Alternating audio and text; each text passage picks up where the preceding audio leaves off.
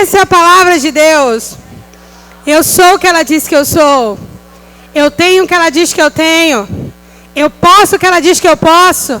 E nessa noite eu vou receber a santa, poderosa, inerrante, sempre viva palavra de Deus. E eu nunca mais serei o mesmo.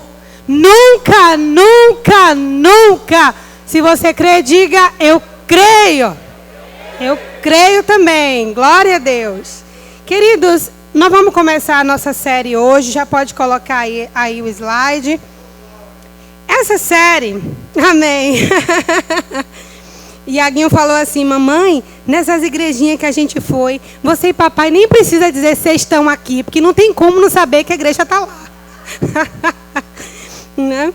Então, nós vamos começar a nossa série sobre seitas e ocultismo. Eu ministrei essa série no dia 6 de fevereiro de 2019 na nossa igreja. E eu estava aqui na salinha assistindo, né? Eu fiz o esboço e fui assistir depois. E como é bom ver o mesmo espírito, né? De 6 de fevereiro de 2019, hoje o mesmo espírito está aqui. Então depois do culto vai subir o culto de hoje. E eu vou colocar essa mesma pregação de 2019 para vocês serem ainda mais alimentados. Amém? Quando a gente fala sobre seitas e ocultismo, a gente está falando sobre algo que a Bíblia comenta. A Bíblia tem ensinamento sobre esse assunto. Qual é o assunto que o crente deve pregar? Aquele que a Bíblia prega. Qual é o assunto que o crente não deve pregar? Aquele que a Bíblia não prega. Amém? Então, o que a gente deve aprender e ouvir? Aquilo que a Bíblia diz. Aquilo que a Bíblia não diz não é assunto para nós. Amém? A Bíblia diz que as coisas encobertas são para o Senhor, mas as coisas reveladas Ele deu aos homens. Então, a concentração da nossa fé, do nosso aprendizado, deve estar naquilo que é revelado, naquilo que Deus revelou através da sua palavra. Então, na Bíblia tem falando sobre seitas e ocultismo, e esse não é um assunto que não diz respeito a cada um de nós. Ao longo dessa série, nós iremos perceber, porque a palavra de Deus é um negócio profundo, quanto mais você cava, mais você acha, né? Nós vamos perceber o impacto dessa realidade, tanto a nível pessoal, quanto a nível geracional, quanto a nível cultural nas nossas vidas. Amém? Eu queria que vocês abrissem comigo o texto de Números, por gentileza. Levítico. A leitura bíblica de Levítico 19, 51. Diz assim: não recorram aos médiuns, nem busquem a quem consulta espíritos, pois vocês serão contaminados por eles. Eu sou o Senhor, o Deus de vocês. Né? Então vamos ler mais uma vez juntos. Não recorram aos médiuns, nem busquem quem consulta espíritos, pois vocês serão contaminados por eles. Eu sou o Senhor, o Deus de vocês. Pai, cobre as nossas vidas com o sangue do Cordeiro. Nos dê revelação, discernimento. Nos dê aquela porção que só o Teu Espírito pode nos dar. E fala poderosamente aos nossos corações nessa noite. Que a Tua palavra quebre correntes. Que a Tua palavra faça aquilo que só ela pode fazer. De um nível estrondoso na vida de cada um dos Teus filhos. Em nome de Jesus. Amém. Então, essa palavra aqui foi Deus falando com o povo assim que eles saíram do Egito. E era uma instrução para o povo do que eles não deveriam fazer quando chegassem na terra dos cananeus. Que era um conjunto de 7 nações. Jebuseus, ferezeus. Eles não deveriam reproduzir os costumes daquelas nações. E aí Deus dá uma série de instruções. E Deus é muito objetivo nesse texto aqui de Levítico 19. Quando ele diz, não consultem. Se Deus está dizendo para não consultar, é porque já tinha lá. Né? Não consultem. Não busquem agoreiros, médios, feiticeiros. Não façam isso. E o motivo pelo qual Deus disse esse não, embora existam vários outros, mas esse não específico de Deus, Ele está dizendo, porque isso vai contaminar você. Isso vai contaminar você. Não é? Então Deus está dizendo um não, e ao longo da série vocês vão entender o que é possível, o que não é. Mas esse não aqui, Deus está dizendo, vocês serão contaminados se fizerem isso. né? E nós já aprendemos aqui o poder pessoal e geracional das nossas decisões, né?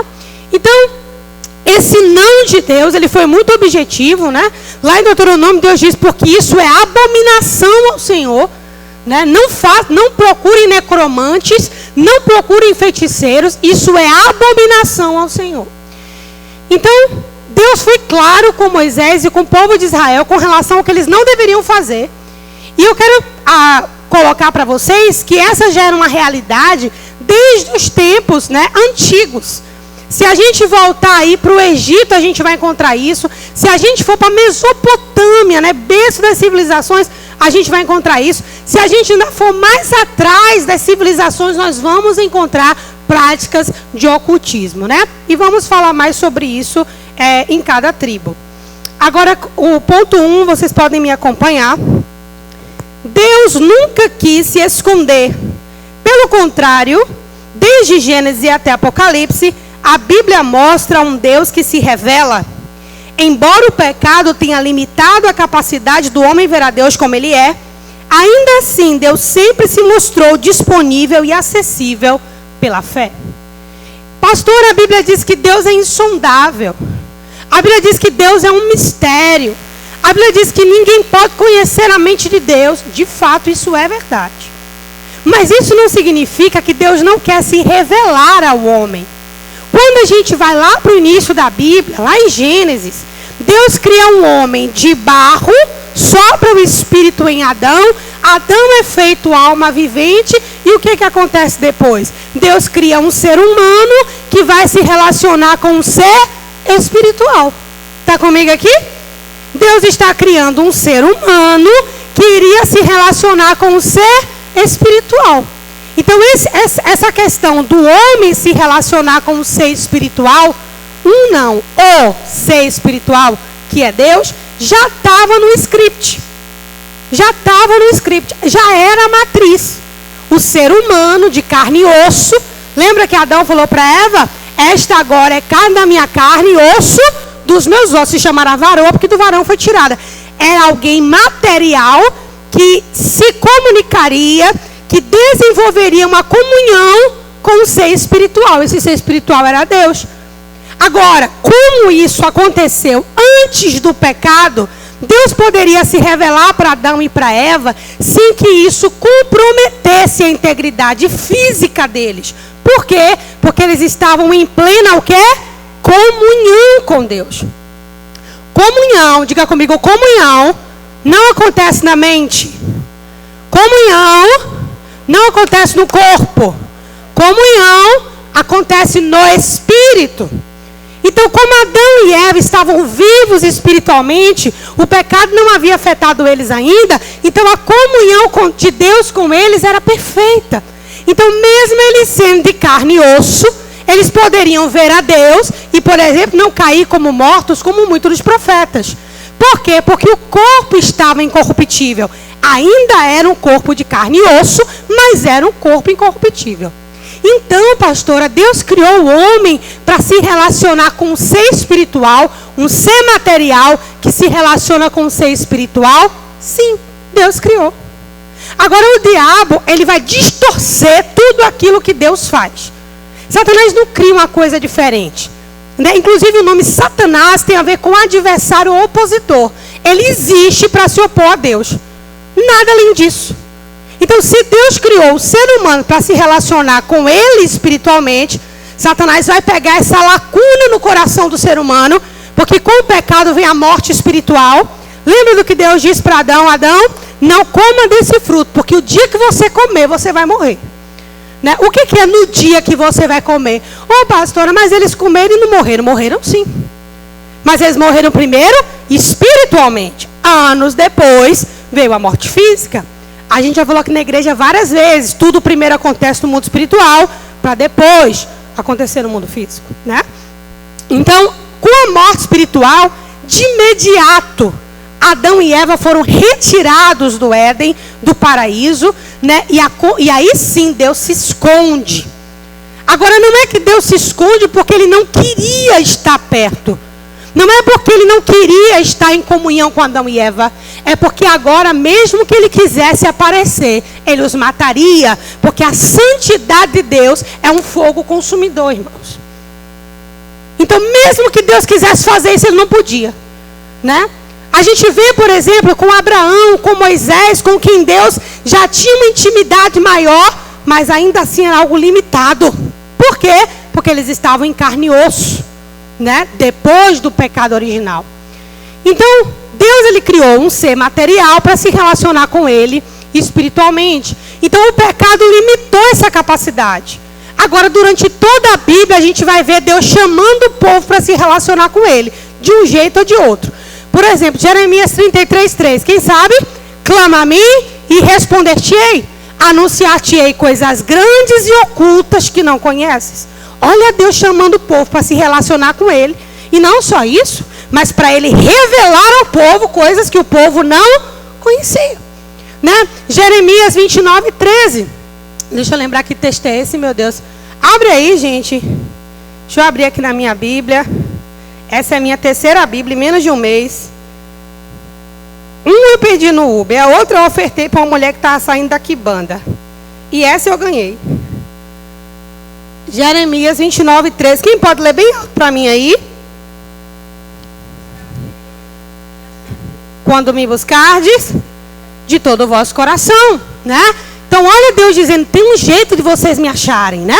Se vocês me buscarem, vocês vão me encontrar, né? Eu estou escondido, não é porque eu quero estar longe de vocês, é porque a minha estrutura agora fulmina vocês se eu aparecer. Mas se vocês me buscarem de todo o coração, eu vou dar um jeito de me revelar para vocês. Vocês estão acompanhando o que eu estou dizendo? Né? Isaías 46:10, quando a Bíblia diz, eu sou o Senhor, aquele que anuncia no início o fim de todas as coisas. Né? Olha Deus dizendo que ele anuncia, ele faz questão de falar de modo claro, no início ou final. Um exemplo disso quando Deus vai fazer o julgamento da serpente de Adão e de Eva. O que Deus diz à serpente? Tu vai ferir o calcanhar, mas a cabeça sua vai ser esmagada. Né? Ali Deus anunciou o final. No início, Deus anunciou o final. Falou para ela, da barriga da mulher vai nascer um, que vai esmagar a tua cabeça, ainda que você fira o calcanhar. Deus anuncia no início o final. E temos Amós 3:7, maravilhoso, né? Deus não fará coisa alguma sem primeiro revelar aos seus profetas, né? Deus não fará coisa alguma, sem revelar aos seus profetas. Então Deus ele tem prazer de se fazer conhecido. Deus está clamando desde que Adão caiu, irmãos. Deus está clamando para que a humanidade se achegue a Ele com arrependimento, né? Para que a humanidade se achegue a Ele entendendo suas misérias, né? Tirando a religiosidade, o preconceito, né?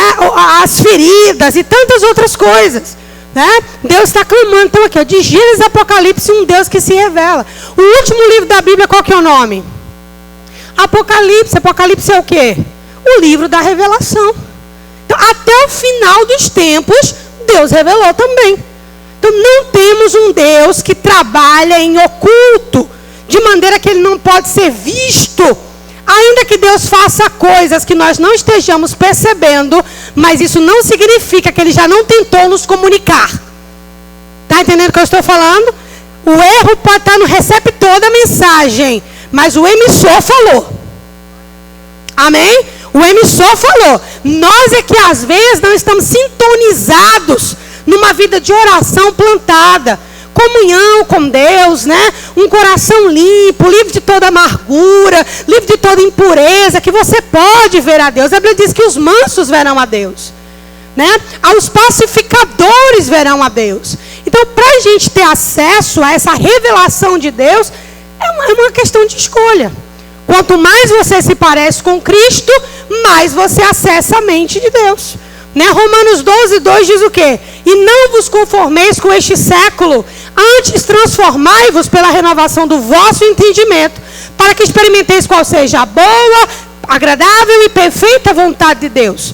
Então, o que Paulo está dizendo? Não se conforme com essa forma que você está. Renove a sua mente. Porque à medida que você renovar a sua mente, você vai acessar a vontade de Deus. Né? Paulo disse, quem conheceu a mente do Senhor? Ninguém, uma pergunta retórica.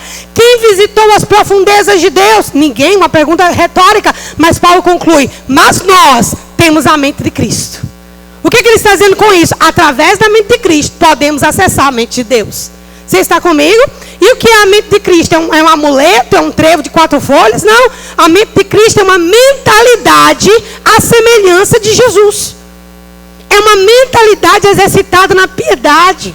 É uma mentalidade exercitada na santidade. É uma mentalidade exercitada no perdão. É uma mentalidade exercitada na misericórdia. É uma mentalidade que se move no fruto do Espírito. Então, de fato, há riquezas insondáveis em Deus. De fato, há mistérios profundos no interior do nosso Pai.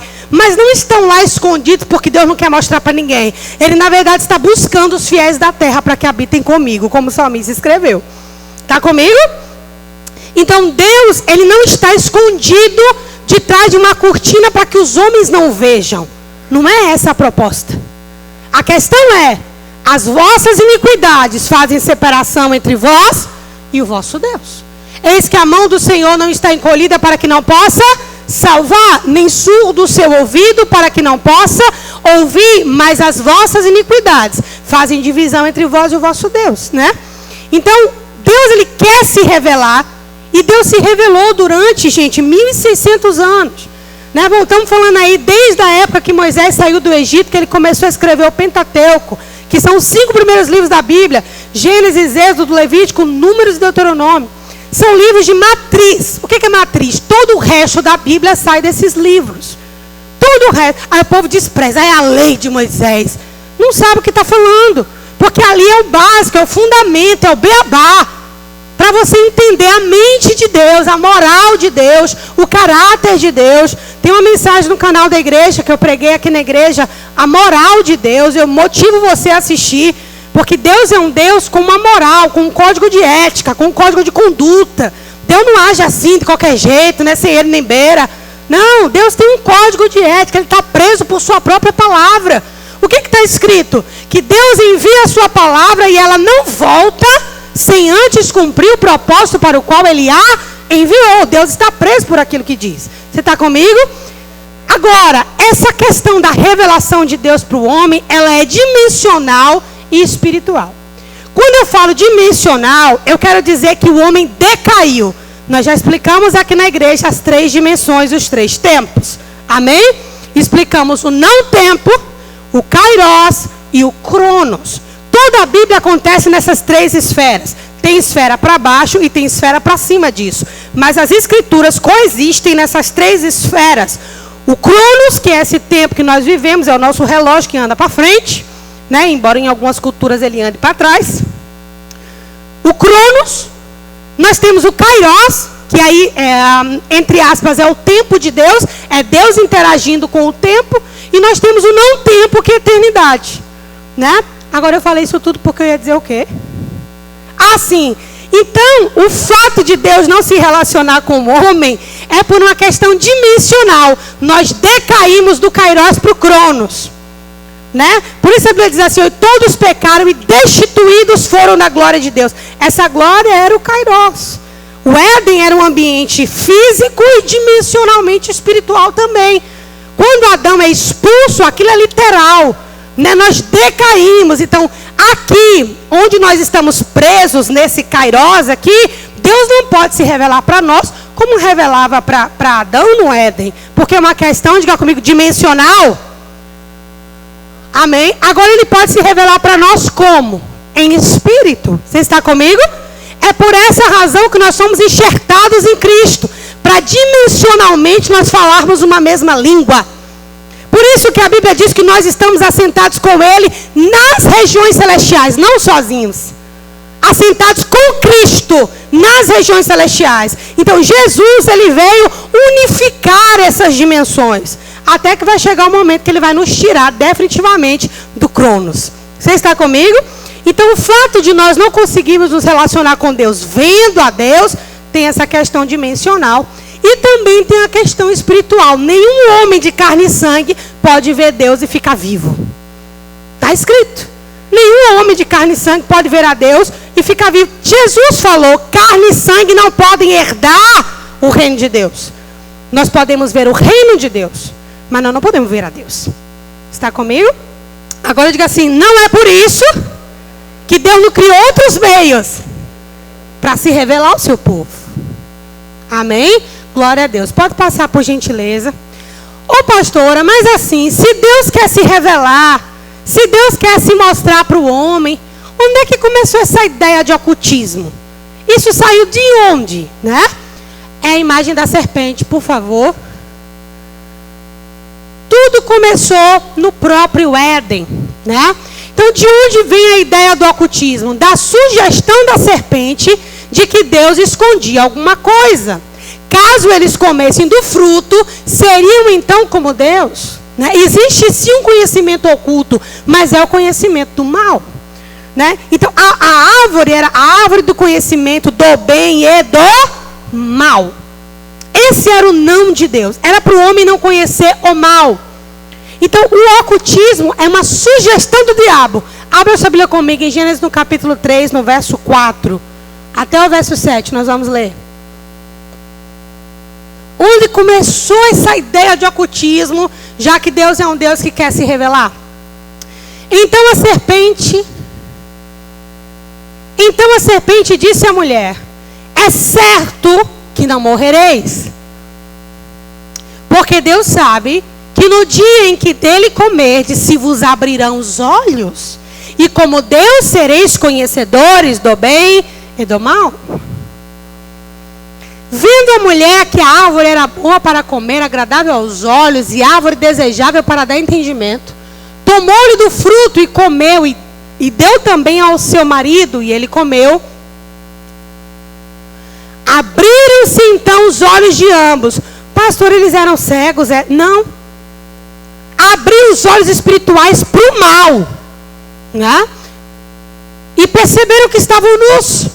Cozeram folhas de figueira e fizeram cintas para si. Vamos pensar sobre isso aqui. Os olhos foram abertos, né? Eu até falei isso na pregação anterior, lá de 2019. Você sabe o que é um olhar puro e um olhar impuro? Um olhar puro e um olhar impuro não é necessariamente sexual, não. Você pode olhar para uma pessoa com impureza, julgando, diminuindo, condenando, acusando. Não é só sexual. E você pode olhar para uma pessoa com pureza, com misericórdia, com perdão, com graça, com piedade, né? Então, um olhar puro era o olhar que Adão e Eva tinham. Mas ao conhecer o mal, os olhos se abriram para o pecado. O evangelho, ele veio para fechar esses olhos que o pecado abriu. Você está comigo? Deixa eu abrir um parêntese aqui para você. Talvez isso aqui seja o ponto assim, um dos pontos mais altos depois da salvação na caminhada da maturidade cristã. O evangelho veio para fechar os olhos para o pecado. Isso não significa que você não vai ser tentado, porque o próprio Cristo foi. Ter olhos fechados para o pecado não é ausência de tentação, mas é um modelo de se enxergar coisas e pessoas segundo Deus. Está comigo? Você olha com piedade, você olha com misericórdia. A Bíblia ensina isso, né? Olha, considera o outro superior a você. Sirvam-se uns aos outros. Se pedir para caminhar uma milha, caminha duas. Pense sempre o melhor do outro. O que a Bíblia está fazendo? Ela está ensinando um olhar. Ela está ensinando uma mentalidade, né? Não queira se aproveitar das pessoas, tirar proveito das situações, né? Saia desse lugar, desse costume, né, que você herdou aí do jeitinho brasileiro, né? Para de julgar as pessoas. Não olha para a mulher como uma coxa de galinha. Não olha para o homem como uma coxa de galinha, né? Abre os olhos para Deus e vai fechando para as coisas daqui. Você está comigo? E se você for olhar para o mundo ao nosso redor, você vai ver que é um esforço em esfregar uma imagem na cara do povo. É ou não é verdade? É ou não é verdade? Um dia desses eu fiz uma postagem lá de alguns materiais da Xuxa. E alguém foi lá no meu Instagram, no privado, e falou assim: pastor, estou decepcionada com você. Porque era um DVD Xuxa só para baixinhos, com uma criança de, na média, 4 anos de idade, usando um fio dental de frente para a câmera. Né? E eu peguei aquela imagem e fiz um texto sobre, a meu ver, o que foi o trabalho doutrinário da Xuxa na década dos anos 80 e 90. E aí temos a geração que nós temos hoje. Né? Não era só a navezinha descendo no Xuxa Park. Não havia todo um contexto ali, neurolinguístico, espiritual, doutrinário, para nós termos a sociedade que temos hoje. Aquela galerinha que assistiu o Xuxa Park são os pais dos adolescentes de hoje. Muitos rejeitados, outros nas drogas e em tantos outros lugares. Porque o diabo semeia uma geração para colher na outra.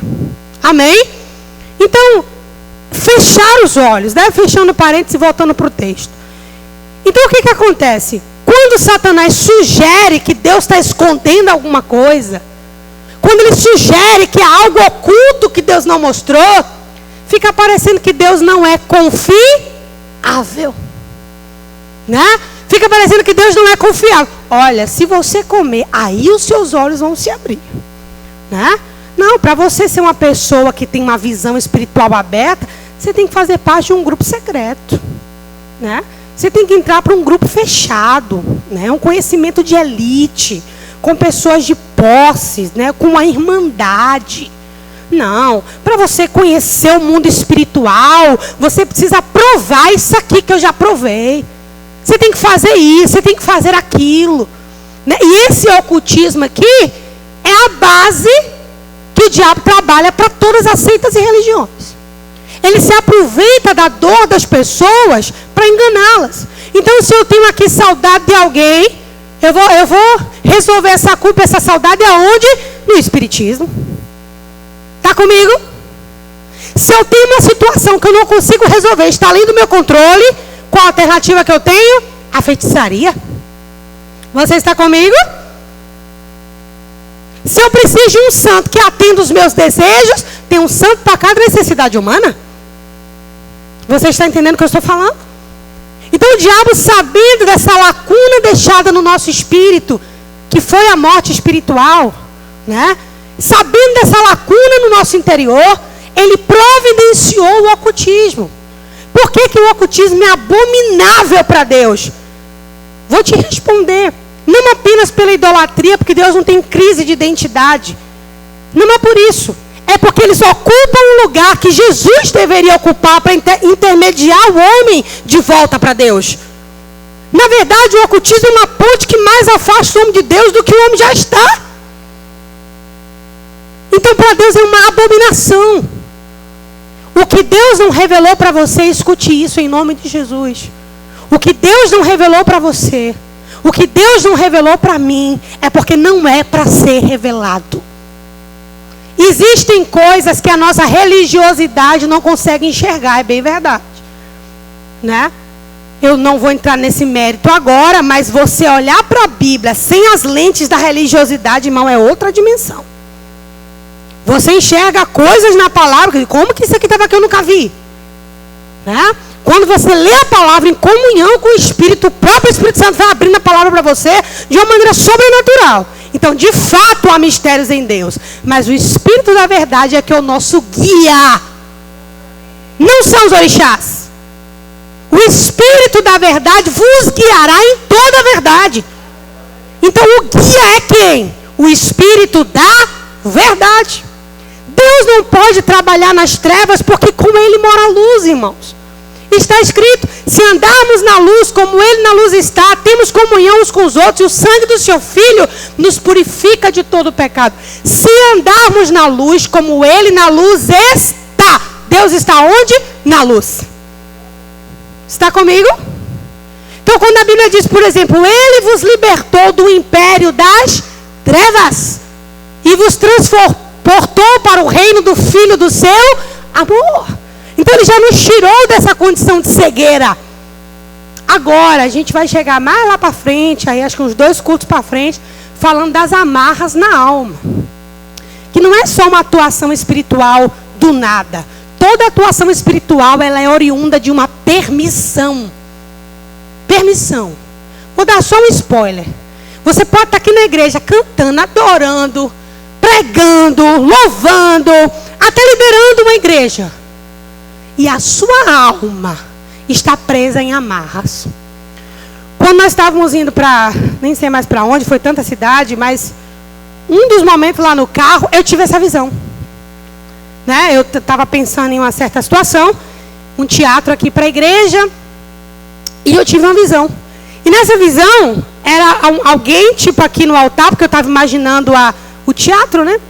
E era uma pessoa de joelhos, assim, presa pelos 2 punhos, presa pelos pés, aqui, e com uma coleira aqui no pescoço. E quando eu vi aquilo, eu falei, cara, que massa, né? Fazer um teatro na igreja, eu vou providenciar as correntes. Porque assim choca o povo converte mais rápido. Né? Mas aí Deus falou sério comigo. Não é só um teatro. É uma verdade. É uma verdade. E não é uma verdade de pessoas que estão lá longe, não. É uma verdade de rebanho teu. Né? Uma verdade de rebanho teu. Então, amarras espirituais são uma verdade com permissão. Mesmo Deus tendo nos libertado, é. Mas depois a gente chega lá nessa questão da permissão, tá? Então, de onde vem a ideia do ocultismo? Da sugestão da serpente. Amém? Sugerindo de o quê? Que havia algo escondido que Deus não mostrou. É óbvio, irmãos. Estamos falando do eterno. Você acha que a vida começou quando Deus criou a terra? Claro que não. Se você tiver um pouquinho de esforço intelectual, você vai ver várias incoerências entre datação de fósseis, datação de carbono. Você vai perceber que a história é contada com o que a Bíblia diz, com o que algumas culturas mais antigas falam.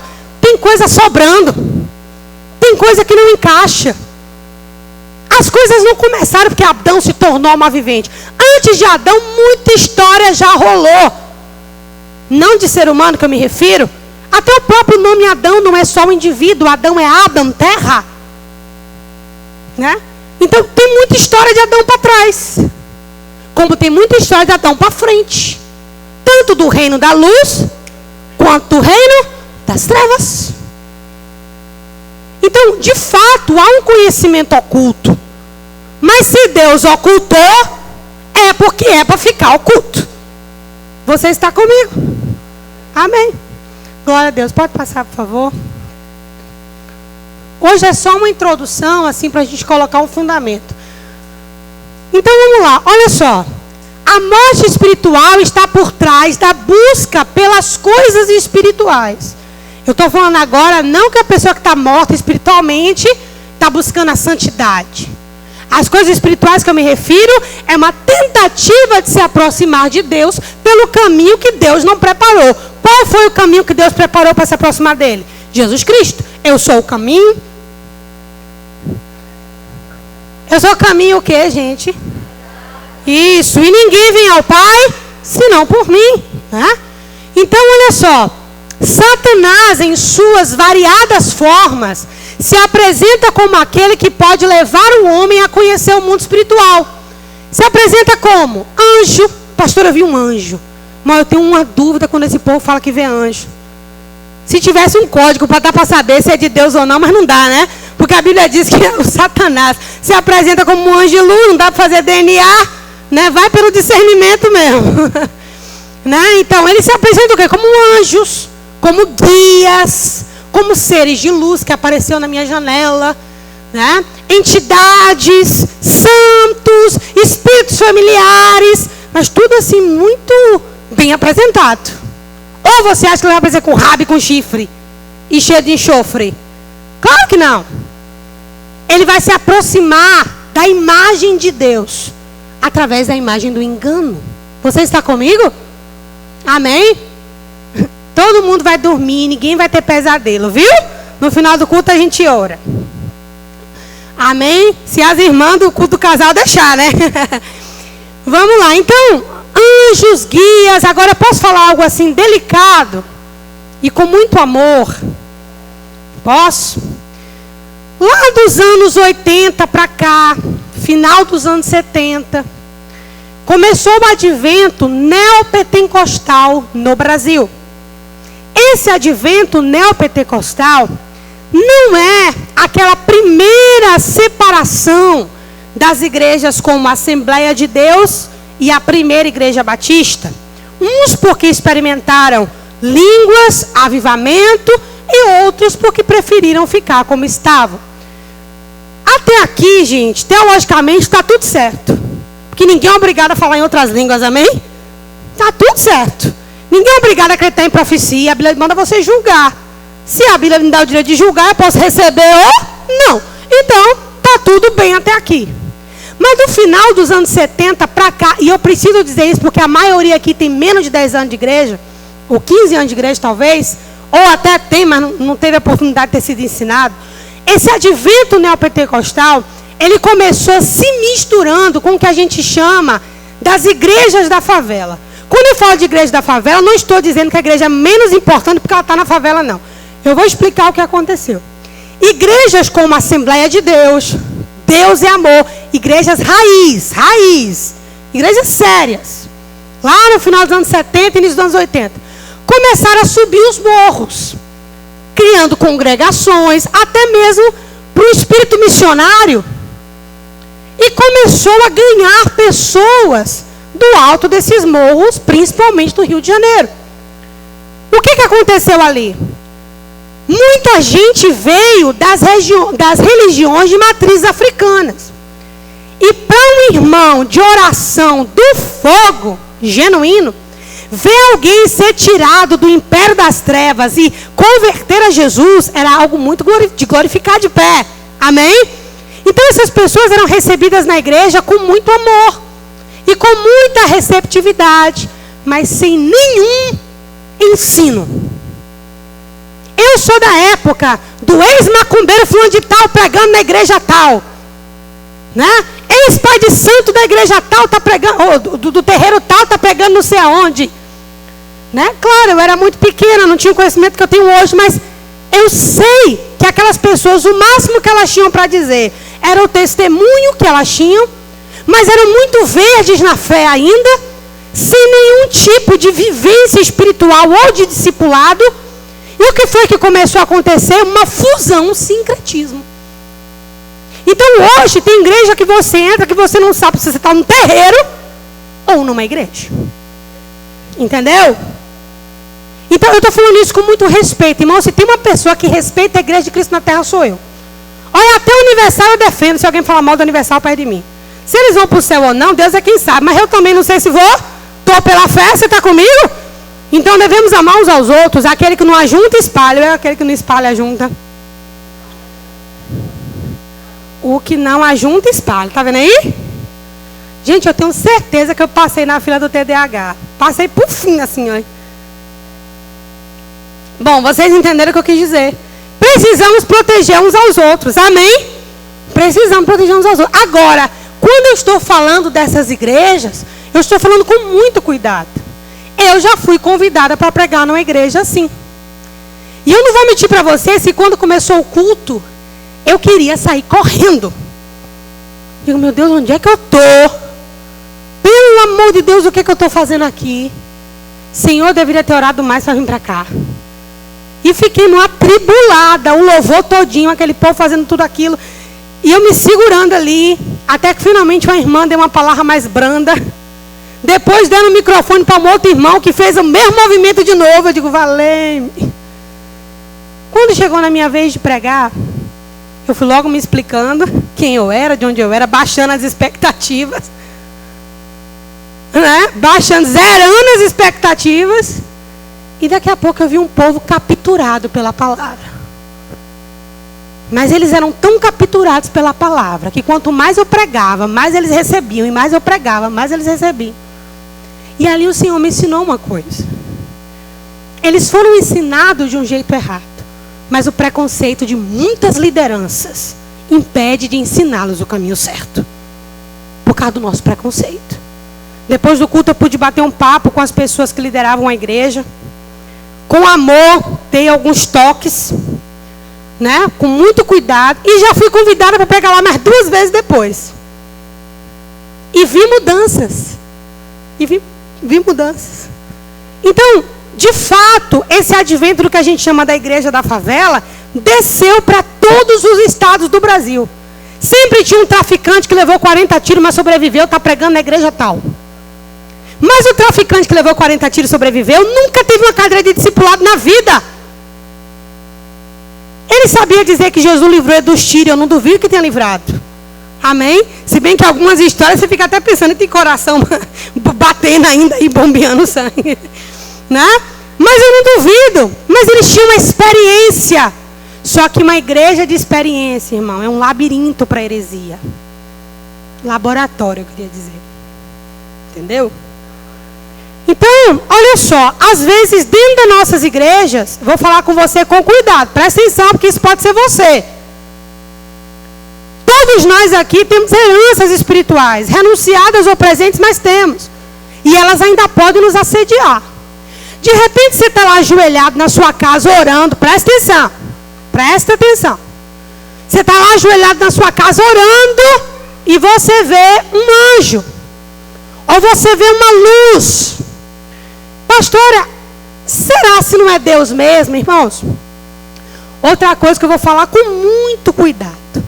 Como que a gente pode, assim, ter um termômetro disso? Olhando para a Bíblia.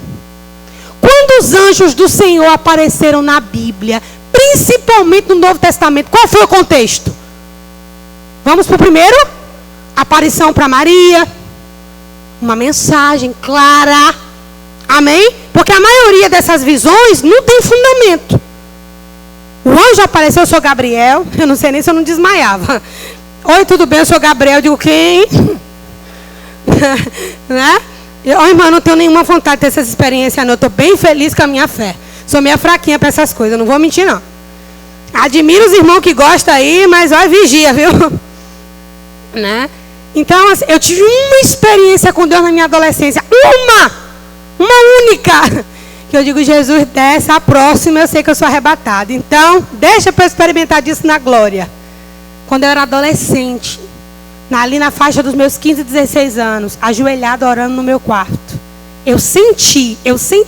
Foi logo que eu fui batizado com o Espírito Santo. Eu senti uma presença tão forte, que uma coisa me arrepiava aqui da coluna para cima. Mas era uma glória tão grande que eu não dava conta de virar o rosto para trás. Mas foi uma experiência tão profunda que eu nunca me esqueci. Nunca me esqueci daquilo ali. Mas não tenho vontade de viver de novo, não. Porque eu tive muito medo. Amém? Então vamos lá. Pastora, como saber se é um anjo de luz ou um anjo das trevas? Não, pastora, o anjo de luz é dourado, o anjo das trevas é marrom. Não, não é assim. Né? A Bíblia diz que o anjo Satanás se apresenta como quê? Como anjo de luz. Então ele vai vir com todas as características possíveis, né, para aparecer para você. Então, pastora, como saber se é de Deus ou não? O fruto disso, qual foi? O fruto disso, qual foi? Esse anjo, essa luz, essa coisa, testemunhou do quê? Levou você para um ambiente de temor a Deus ou para um ambiente sincrético? Né? E principalmente o testemunho no seu espírito, que é aquele lugar, o espírito é aquele lugar bem depois das emoções da alma, lá no fundo é o espírito. Lá no fundo. Depois que você se alegrou, chorou, riu, ficou tudo pronto. Lá no último lugar está o espírito, é lá que vai testificar. Você está comigo? Comigo, glória, não durma não, viu? Fica acordado. Então guias é outra coisa, né? Guias. Ah, pastora, mas eu nasci de novo, eu não tenho guia, não. Bom, você nasceu de novo, você não tem guia, não. Mas os guias, eles têm uma influência grande, diga comigo, no comportamento. Comportamento. O idólatra assume a identidade do guia. Então, se alguém cultua entidades guerreiras, e você já sabe que tudo isso é demônio, né? É muito comum que na vivência diária ele assuma tais comportamentos de agressividade, de ignorância, de estupidez, né? Por quê? Pastor, todo estúpido está endemoniado? Não. Tem coisa que é má vontade mesmo de se consertar. Mas muita coisa tem a ver com as renúncias que precisam ser feitas. Né? Então, eu vou dar um exemplo para vocês. Lá em Atos 19, Paulo está pregando na escola de Tirano. Paulo pregou para judeus, depois para gentios, depois para gentios e judeus. Quando Paulo está pregando para gentios, o pessoal que fazia artes mágicas começou a se converter. Mas eles não só se converteram. Eles pegavam os seus livros. Observe que o negócio era ensinado, né? O cálculo do dinheiro dos livros daria 50 mil denários. E eles queimaram na fogueira aqueles livros. O que eles estavam dizendo com a queimada daqueles livros? Era um ato público de renúncia espiritual. Está comigo? Um ato público. Não apenas o ato de aceitar a Jesus como Salvador, mas um ato público de renúncia.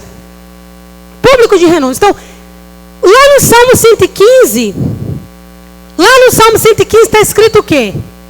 Os ídolos são mudos, têm boca, mas não falam, têm olhos, mas não veem, têm ouvidos, mas não ouvem, têm nariz, mas não cheiram, têm mãos, mas não apalpam, né? E som algum sai da sua boca. Logo em seguida diz o quê? Tornem-se semelhantes a estes, aqueles que o fazem, o adoram, né? Então, aquele que faz um santo, negocia o santo ou adora o santo, dá no meio. Dá no meio. E o que vai acontecer? As características daquela entidade começam a ser absorvidas no temperamento humano. Por quê? Porque aquele ídolo é um instrumento de contato, de pacto no mundo espiritual. Então, muita gente está lavada e remida no sangue de Jesus. Se morrer, está salva. Seus pecados foram perdoados, mas precisam renunciar. Principalmente se você vê essas práticas em você, né? Tem que renunciar. Uma vez aqui na igreja eu precisei tomar uma atitude drástica. Não foi nesse templo não, foi no outro. Falei, a partir de agora ninguém profetiza aqui. E eu me responsabilizo pelo resto. Se tiver que profetizar, vai falar comigo primeiro. Porque estava virando uma bagunça. E as coisas de Deus têm ordem e têm decência. Então, quando a palavra está sendo pregada, o Espírito Santo não vai levantar ninguém. Ele está aqui ou ele está lá? Está comigo, gente? Então, hoje pode profetizar no manancial, viu? Mas tenha certeza que é Deus falando com você. Tenha certeza. Se não, irmão, não é tristeza nenhuma você quietar e falar, pai, me dá uma direção sobre isso. Outra coisa, a profecia não é a canalização de um santo, não. A profecia é uma inspiração no seu espírito. Ela não precisa funcionar como um santo canalizado, um santo que baixou. Você pode chegar para a pessoa e falar, querido, olha, nesse momento, o Senhor me trouxe essa palavra ao coração. Você julga essa palavra e se for do Senhor, você recebe. Amém? Fica até mais leve para o profeta, porque se errar, está tudo bem. Está comigo? E a gente vai aprendendo a exercitar a nossa comunhão com Deus. Você está comigo? Mas não precisa canalizar, baixar um negócio para dar uma profecia, não. Amém? Então, sim. O que foi mais que eu parei aqui, que eu tenho que terminar? Ah, sim. Então, olha só. Existe o conhecimento do mundo espiritual. Mas o que ele tem para oferecer é o conhecimento do mal. A parte inversa do bem. Pastora, que conhecimento oculto é esse? Os atos proféticos das trevas. A base cinematográfica que nós temos no mundo hoje, do cinema, a indústria, ela é puramente espiritual. Brincando com a mente humana sobre o que é possível e não é. O que é ficção e é realidade. Né? O que é verdade e o que é mentira. Né? Então, a base cinematográfica hoje, ela brinca com a mente humana. Sempre colocando um limite entre o possível e o impossível, o bem e o mal, o certo e o errado, e a ficção e a realidade. Então você vai ver uma novela que a mulher trai o marido, mas o marido era um esculhambado e o mocinho era bonitinho, então assim o adultério está santificado aqui, né? E aí você vai para o cinema, você vai para um negócio. Pastor, é pecado ter televisão em casa, assistir um filme ou uma série? Não, irmão. Desde que você tenha uma mente blindada. Porque entenda, tudo aquilo que você idolatra, você corresponde. Não é só um santo de pau e pedra, não. Se pode idolatrar até um comportamento que você viu de alguém na infância, alguém arrogante, alguém, sabe, que peitava os outros, e você colocou aquilo como referencial para você. Daí você passa a sua adolescência e juventude correspondendo àquela imagem. Né? Eu coloquei aqui, são os espíritos familiares. Como é que funciona a adoração aqui na igreja? A adoração genuína para Deus. Ela acontece em espírito e em verdade. Né? Nós centralizamos a nossa fé em Jesus e estamos aqui para adorá-lo em seu próprio nome. O que acontece no ocultismo? Uma coisa chamada animismo. Eu dou poder àquilo que eu quero dar. Eu dou vida. Então, um exemplo, o bezerro de ouro, quando o povo saiu do Egito. Faz o bezerro, diz o que? Bezerro, foi você que nos tirou do Egito. Essa atitude do povo de dizer, foi você que nos tirou do Egito, Deus não vai incorporar no bezerro. Quem vai? O diabo. Todo lugar que Deus não ocupa, Satanás ocupa. Grave isso. Todo lugar que Deus não ocupa, Satanás ocupa de um jeito ou de outro. Em lugares, templos, mente, coração, igreja e qualquer outro lugar mais.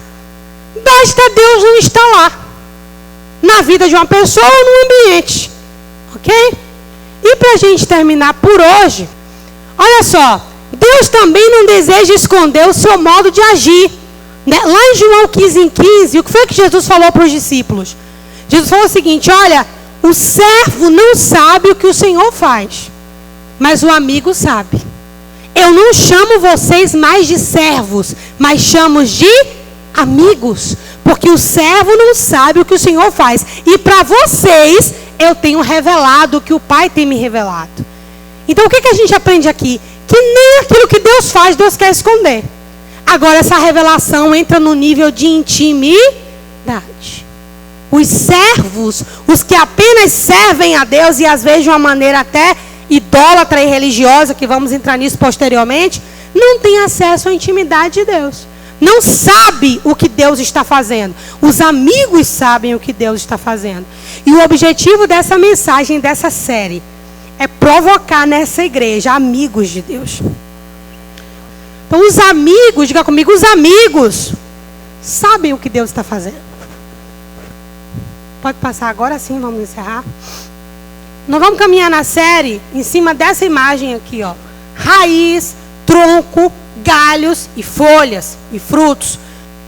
Nós vamos começar lá na existência humana, no Éden, na Mesopotâmia, bem esmagadinho, né? São as nossas raízes.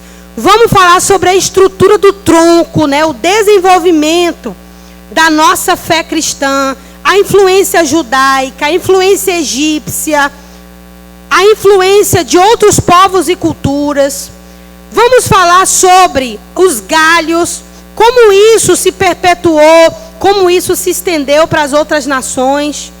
Vamos falar sobre os frutos e folhas, que é o que nós temos hoje, né? E vamos encerrar, né, rompendo com essa estrutura, enxertados na videira verdadeira. Diga comigo, se tem uma videira verdadeira, é que tem uma falsa por aí.